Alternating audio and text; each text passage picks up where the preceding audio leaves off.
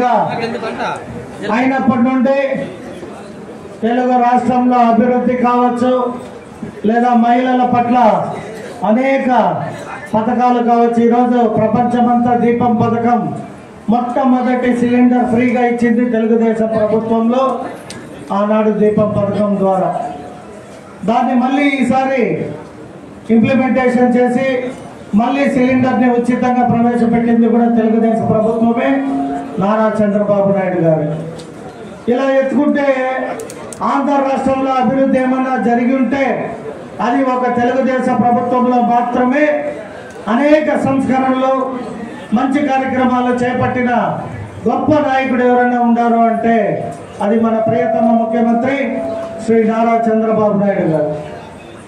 అలాగే ఈరోజు మనందరికీ మన యువ నాయకుడు యువగలం పేరుతో కుప్పం నుండి శ్రీకాకుళం దాకా పాదయాత్రలో అనేక సమస్యల పట్ల అవగాహన తెచ్చుకొని యువతకి ఏం కావాలి, పార్టీ ఎలా బలోపేతం కావాలి, నాయకత్వం ఇంకా బలంగా ప్రజల్లోకి ఎలా ముందుకెళ్ళాలి అనే వాటిపైన పాదయాత్రలో ప్రతి నాయకుడు ప్రతి కార్యకర్తని కలిసి వారి కష్టాలు తెలుసుకొని ఎలక్షన్ వచ్చిన సమయంలో ఈ సూపర్ 6 మనం ఏమైతే మేనిఫెస్టోని తయారు చేస్తామో ఆ మేనిఫెస్టోలో కీలకంగా తండ్రి గారితో పాటు కూర్చొని ఏవైతే మనం మంచి కార్యక్రమాలు చేస్తే రేపు పొద్దున ప్రభుత్వానికి పార్టీకి మంచి పేరు వస్తుందని సూపర్ 6 అనే కార్యక్రమాలని రూపొందించి ఈరోజు వాటన్నిటినీ కూడా ఇంప్లిమెంటేషన్ అంటే మాటలు చెప్పే ప్రభుత్వం కాదు చేతల్లో చేసే ప్రభుత్వం అని మొట్టమొదటి ప్రభుత్వం వచ్చిన తక్షణం. అలాగే ల్యాండ్ టైటిలింగ్ యాక్ట్ మనందరి ఆస్తి మన తాతలు మన తండ్రులు ఇచ్చిన ఆస్తుల్ని కూడా లిటిగేషన్లోకి పెట్టేయాలని గత ప్రభుత్వం చూస్తే అటువంటి ల్యాండ్ టైటిలింగ్ మనకు వద్దు అని చెప్పి వచ్చిన తక్షణం ఆ జీవోని కూడా రద్దు చేయడం జరిగింది. అలాగే మహిళలకి ఉచిత బస్సు ప్రయాణం అని హామీ ఇచ్చినాం. ఈరోజు మహిళలు ఎంచక్క ఎక్కడికి వెళ్ళాలన్నా బస్సు ఎక్కి మా అన్న నారా చంద్రబాబు నాయుడు గారు ఇచ్చిన స్కీమ్ అని ఎక్కడికి పోవాలన్నా తిరగడానికి మహిళలకు ఉచిత బస్సు ప్రయాణం కూడా అవకాశం కల్పించారు. అలాగే తల్లికి వందనం అని అనేక మంది పిల్లలు చదువుకోవడానికి ఈరోజు కార్పొరేట్ ఎడ్యుకేషన్ వచ్చినాక మాకు ఫీజులు కట్టుకోలేము, ఇంతలా ఫీజులు పెరిగిపోతే చదివించుకోలేమని బాధపడే వారికి తల్లికి వందనం అని చెప్పి 13,000 రూపాయలు ప్రతి ఒక్కరికి అందుబాటులోకి తెచ్చిన ఘనత మన తెలుగుదేశం ప్రభుత్వం శ్రీ నారా చంద్రబాబు నాయుడు గారు. వీటితో పాటు మన కూటమి ప్రభుత్వంలో బీజేపీ అటు జనసేన పవన్ కళ్యాణ్ గారు ముగ్గురు కలిసి ఉమ్మడి పార్టీ ఉమ్మడి కూటమిగా ప్రజల్లోకి వెళితే 164 మందిని గెలిపించిన చరిత్ర తెలుగుదేశం ప్రభుత్వానికి కూటమి ప్రభుత్వానికి మాత్రమే దక్కింది ఈ భారతదేశంలో. కాబట్టి మీ అందరి తరపున కూడా కూటమి ప్రభుత్వంలోని పవన్ కళ్యాణ్ గారికి అలాగే మన దేశ ప్రధాని నరేంద్ర మోడీ గారికి కూడా ప్రత్యేక ధన్యవాదాలు తెలియజేసుకుంటూ ఈరోజు మీకు ఎవరెవరికైతే పదవులు పార్టీ నియమించిందో మీరందరూ కూడా క్రమశిక్షణగా పార్టీని ఎలా ముందుకు తీసుకుపోవాలి, పార్టీని ఇంకా ఎలా బలోపేతం చేయాలి. ఎందుకంటే ఒకప్పుడు రాజకీయాలు వేరు, ఇప్పుడు రాజకీయాలు వేరు. మనం ఇక్కడ కూర్చున్న ఈ ఒక డయాస్ పైన చూస్తే మన దొరబాబన్న గారు సీనియర్, అలాగే మన మాజీ ఎమ్మెల్యే గారు మనోహరన్న ఏఎస్ మనోహరన్న గారు ఉన్నారు, అలాగే మన అధ్యక్షుడు సిఆర్ రాజన్ గారు ఉన్నారు, మన సురేంద్ర అన్న ఉన్నారు, ఇంకా చంద్రప్రకాష్ అన్న, హేమలత, మన త్యాగరాజన్ కొత్తగా మొదలియార్ కార్పొరేషన్ చైర్పర్సన్గా కూడా ప్రభుత్వం అవకాశం ఇచ్చింది.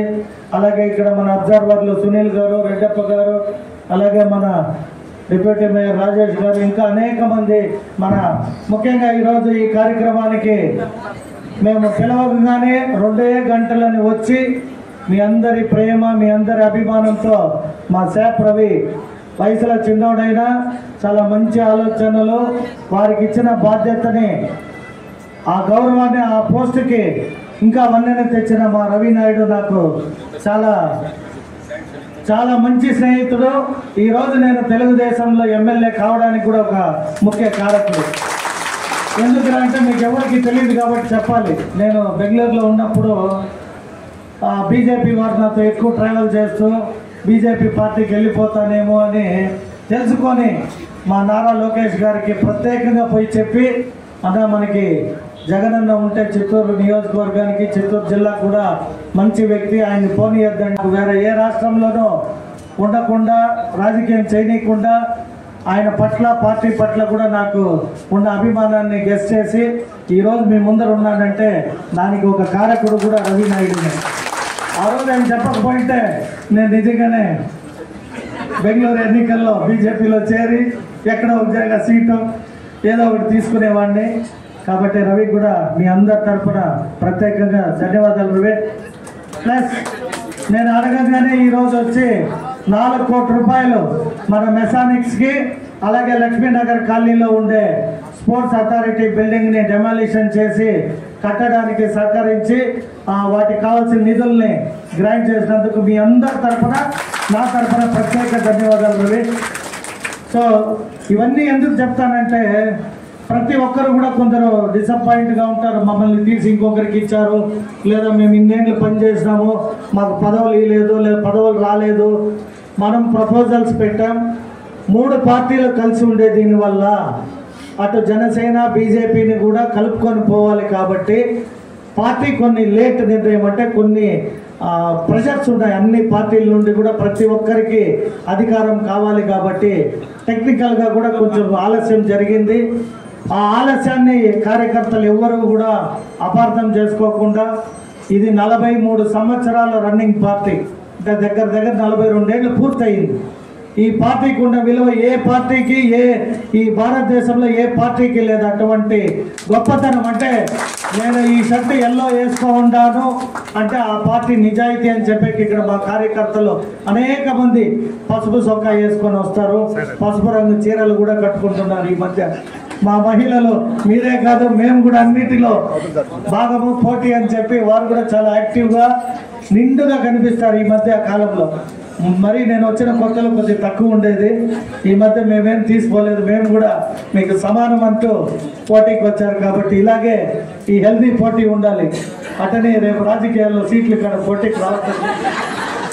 అంటే మీకు పార్లమెంట్లో శాంక్షన్ అవుతుంది, అయిన తర్వాత తప్పేదేం లేదు. కాబట్టి మీకున్న అవకాశాలు మీకు ఖచ్చితంగా వస్తాయి. మీ అవకాశం వచ్చినప్పుడు మేమే గౌరవంగా తప్పుకొని మిమ్మల్ని ముందు పెట్టి మేము వెనకుంటే మేము రాజకీయాన్ని నడుపుతాము. అంటే ఈ పార్టీ లక్ష్యం కూడా అదే. అన్న నందమూరి తారక రామారావు గారి కోరిక మహిళలు, బీసీలు, బడుగు బలహీన వర్గాలు, అనివార్య అన్ని జాతులకి అధికారం రావాలి అనే ఒకే ఒక కోరికతో ఈ పార్టీని స్థాపించారు. కాబట్టి ఎప్పుడు వినని పేర్లు కూడా మంత్రులుగా, మంచి స్థానంలో చైర్మన్లుగా, అనేక రంగాల్లో కూడా మా పార్టీ అందరికీ అవకాశం కల్పించింది.